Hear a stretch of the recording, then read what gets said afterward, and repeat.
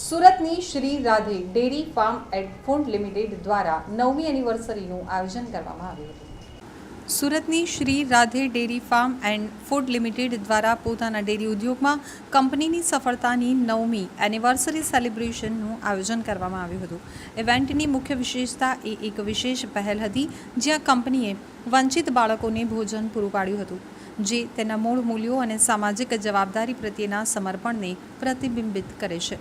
દયાનું આ કાર્ય કંપનીના વિઝન રખે ખ્યાલ આપકા સાથે સુસંગત હતું, જે માત્ર ગુણવત્તાયુક્ત ડેરી ઉત્પાદનો પ્રદાન કરવા ઉપરાંત જીવનને સમૃદ્ધ બનાવવાના તેના ચાલુ પ્રયાસોને દર્શાવે છે, જેમાં પાસુડ્રામા ખાતે એવોર્ડ સેરેમની સાથે ઉજવણી ભવ્ય બનાવવામાં આવી હતી। આ માઇલસ્ટોન માત્ર ઉજવણી જ નહીં પરંતુ સમાજને પાછું આપવા માટેની તેની પ્રતિબદ્ધતાનું પ્રદર્શન કર્યું હતું।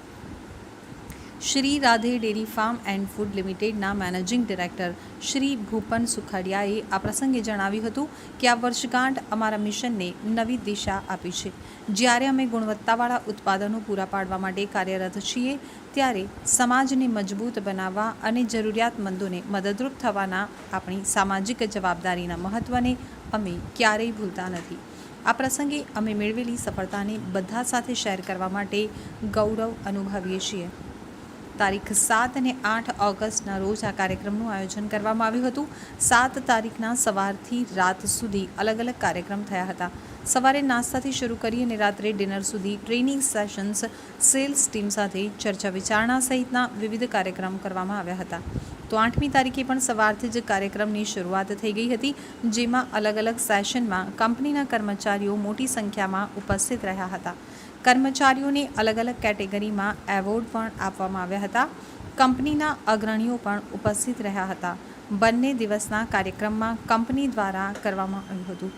કંપનીના કર્મચારીઓ તથા કંપનીના અગ્રણીઓ દ્વારા એનિવર્સરીની ભવ્ય ઉજવણી કરવામાં આવી હતી।